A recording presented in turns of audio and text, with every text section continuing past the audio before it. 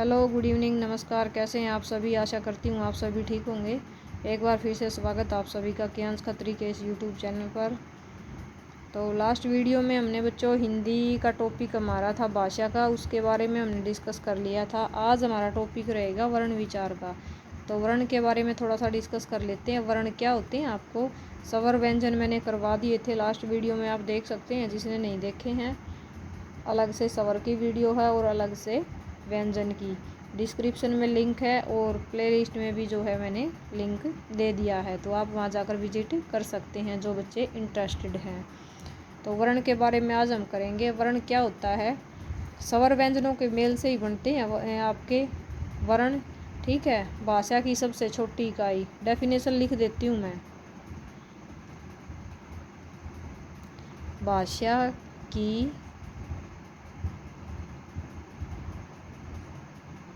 सबसे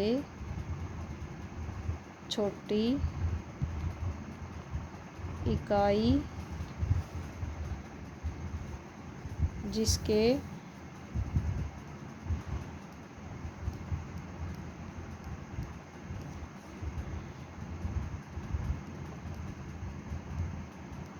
टुकड़े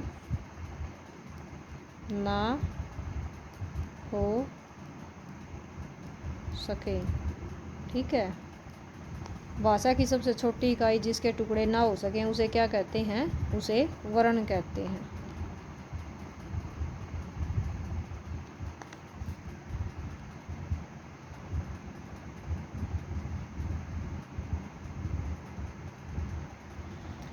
तो क्या है वो? स्वर और व्यंजन। ठीक है, इसको दो भागों में बांटा गया है। एक तो स्वर है। वर्ण कितने प्रकार के होते हैं अब देख लेते हैं हम। अब नेक्स्ट हम देखेंगे वर्ण दो प्रकार के होते हैं। कंप्लीट मैं लिखूंगी नहीं, आपको समझा दूंगी, लेकिन ठीक है, मोटा मोटा हेडिंग मैं आपको लिखूंगी। वर्ण दो प्रकार के होते हैं। एक हमारा हो गया स्वर और सेकंड हो गया, फर्स्ट हमारा रहेगा स्वर। ठीक है, और सेकंड हमारा हो जाएगा व्यंजन। तो स्वर जो है हमारे टोटल कितने होते हैं? 11 होते हैं। इनकी संख्या कितनी होती है? 11 होती है बच्चों। ठीक है, स्वरों की संख्या 11 होती है और व्यंजन जो है हमारे वो 33 होते हैं।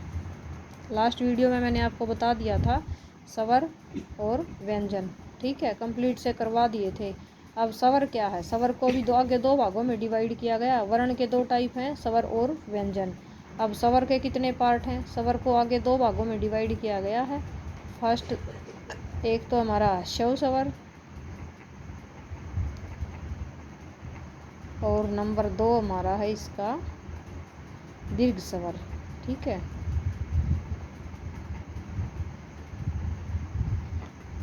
अब ह्रस्व स्वर के अंदर कौन से जो हैं स्वर आएंगे वो बता देती हूँ मैं आपको।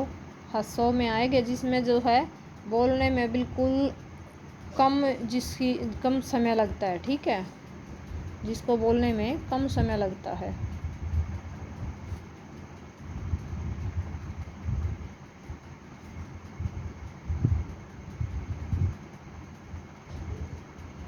ये आपके हो जाएंगे ह्रस्व स्वर।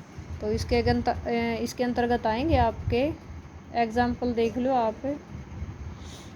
इसके एग्जाम्पल हो जाएंगे, मैं यहाँ लिख देती हूँ इसके एग्जाम्पल, नीचे दीर्घ स्वर की डेफिनेशन लिख देंगे। ठीक है, जैसे ए, बिल्कुल छोटी सी साउंड है, ए हो गया, और आपका छोटी ई हो गया, और छोटा ऊ हो गया, और री जल्दी सी बोले जाते हैं ना।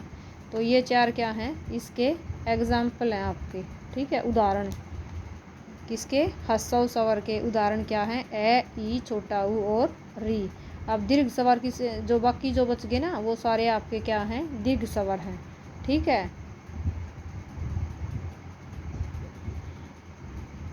ह्रस्व स्वर से थोड़ा सा जो है ह्रस्व स्वर से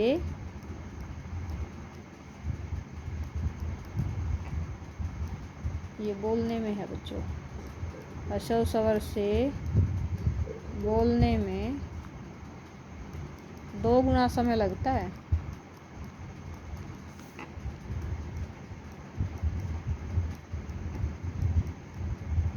जैसे जोर दे के बोलना पड़ता है।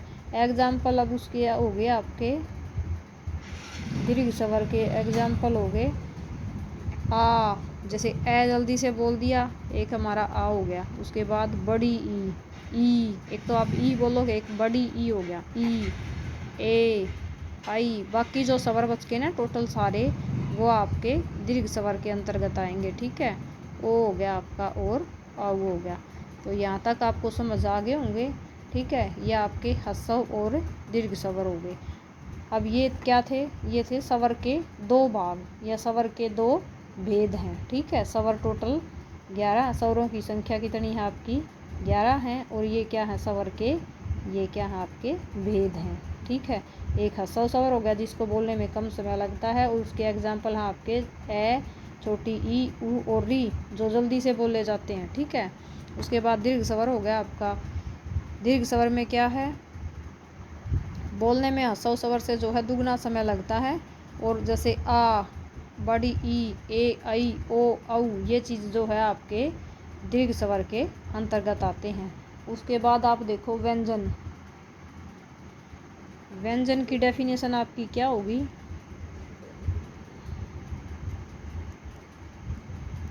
व्यंजन के भी जो है भेद हैं। व्यंजन की डेफिनेशन होगी आपकी,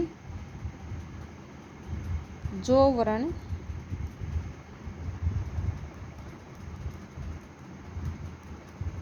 स्वरों की सहायता से बोले जाते हैं। ठीक है, वो क्या हैं? व्यंजन कहलाते हैं।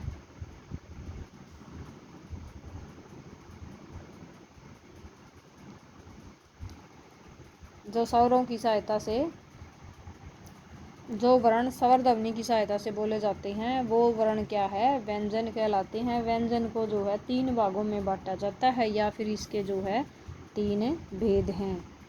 ठीक है, स्वर के कितने भेद हैं? स्वर के 2 भेद हैं, और व्यंजन के जो है आपके,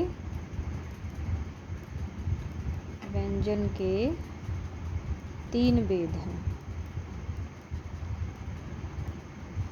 तो फर्स्ट हमारा रहेगा व्यंजन का भेद है स्पर्श व्यंजन। ठीक है,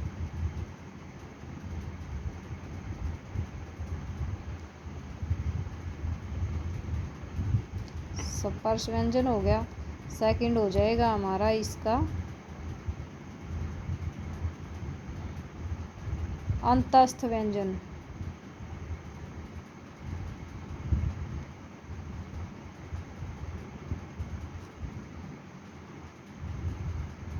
और नंबर 3 होगा उसम व्यंजन। तो इनकी डेफिनेशन अब देख लेते हैं हम। ठीक है, स्पर्श व्यंजन कौन से होते हैं? जो बोलते समय स्पर्श व्यंजन होते हैं जो मुंह से जो है विभिन्न स्थानों को स्पर्श करती हुई जो आवाज़ निकलती है मुख से। ठीक है, जो व्यंजन बोलते समय मुख के विभिन्न स्थानों से स्पर्श करती हुई आवाज़ जो निकलती है उसको क्या कहते हैं? स्पर्श व्यंजन कहते हैं। ठीक है,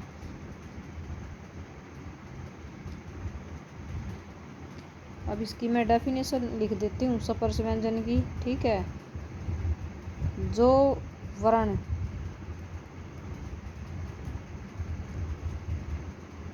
यह आपका स्पर्श व्यंजन की लिख रही हूँ मैं। ठीक है, जो वर्ण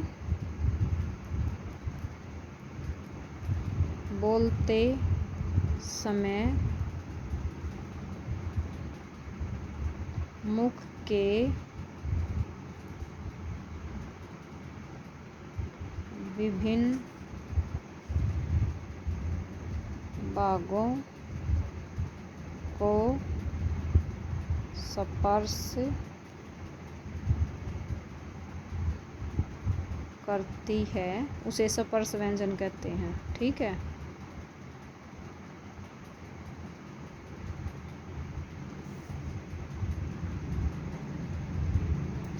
कैसे स्पर्श व्यंजन कैसे हो गए, जैसे बोलते हैं कै ख ग, कोई मूर्धा में, कोई तालु में, कोई दंत में, जैसे ये जो व्यंजन हैं हम बोलते हैं तो कहीं ना कहीं हमारे मुख से जो है टच होते हैं।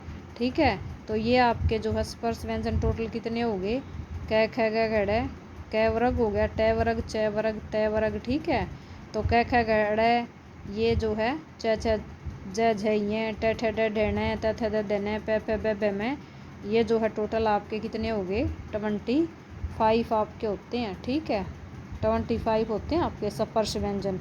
जो बोलते समय जो व्यंजन बोलेंगे ना तो मुंह से जो है स्पर्श करते हैं कहीं ना कहीं से। ठीक है, तो उनको क्या कहा जाता है, स्पर्श व्यंजन। अब कंप्लीट मैं आपको डेफिनेशन नहीं लिखूंगी, मैंने बता दिया है। ठीक है, उसमें कवरग, टवरग, चवरग, तवरग ये जो है आपके इसके अंतर्गत आते हैं, कैसे अड़े तक।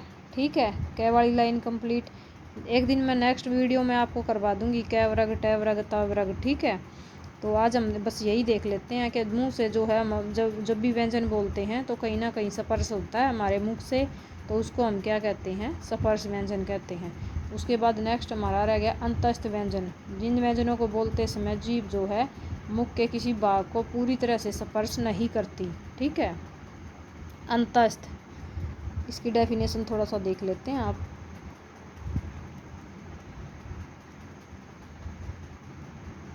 अंतस्थ व्यंजन आपके जो है कौन से हो गए, मुंह के जो है बोलते समय जो है जीभ मुंह के किसी भाग को पूरी तरह नहीं छूती। ठीक है,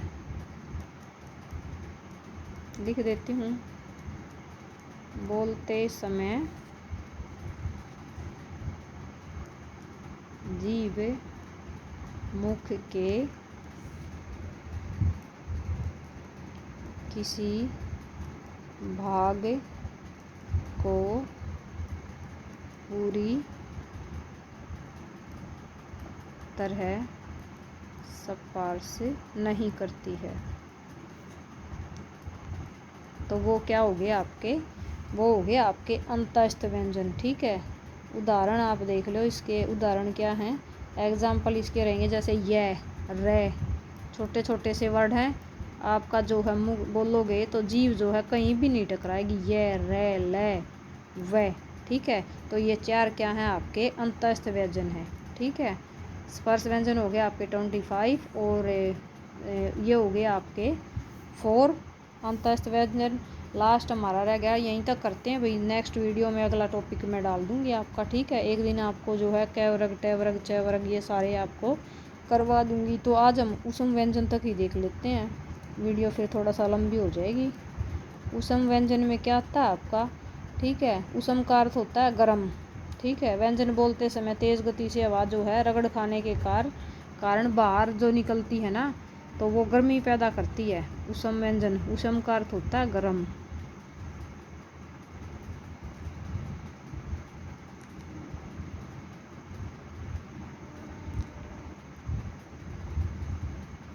लिखने की जगह नहीं बची बच्चों, मैं आपको वैसे बोल के बता देती हूँ। ठीक है, उसम का अर्थ होता है गर्म। जैसे जो व्यंजन हम बोलते हैं ना तो उस समय तेज़ गति से हवा हमारे मुंह से पैदा होती है और उन्हें जो है तेज़ गति से बाहर निकलती है, एकदम जैसे जोर लगा के उससे उसको बोला जाता है, तो वो आपके क्या होते हैं, उसम व्यंजन होते हैं। ठीक है, थोड़ा सा लिख देती हूँ, तेज़ गति से जो है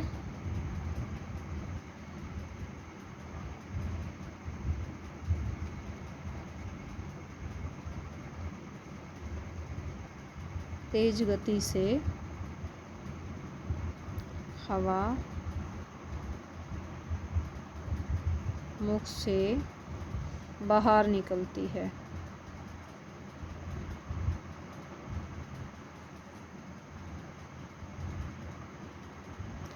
तेज गति से मुख से जो है हवा बाहर निकलती है और ऊष्मा, उसके कारण ऊष्मा पैदा होती है,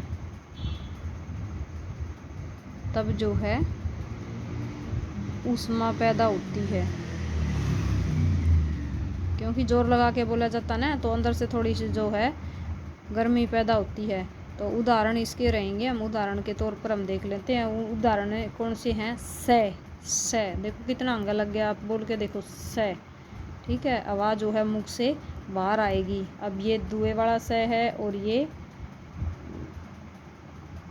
वे वाला स है और ये रे वाला स आपका जो है, और ये आपका राइटिंग बिल्कुल ख़राब आ गई भाई यहाँ पे, क्योंकि नीचे स्पेस नहीं है।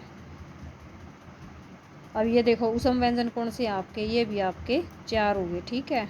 से है, यानी कि तीनों तो से आपके और एक जो है ये आपके उसम व्यंजन है। हल्की सी रिवीजन एक बार कर लेते हैं, ठीक है। एक एक चीज़ आपको क्लियर मोटी मोटी अभी बता दूंगी। वर्ण विचार क्या होते हैं, डेफिनेशन देखो आप।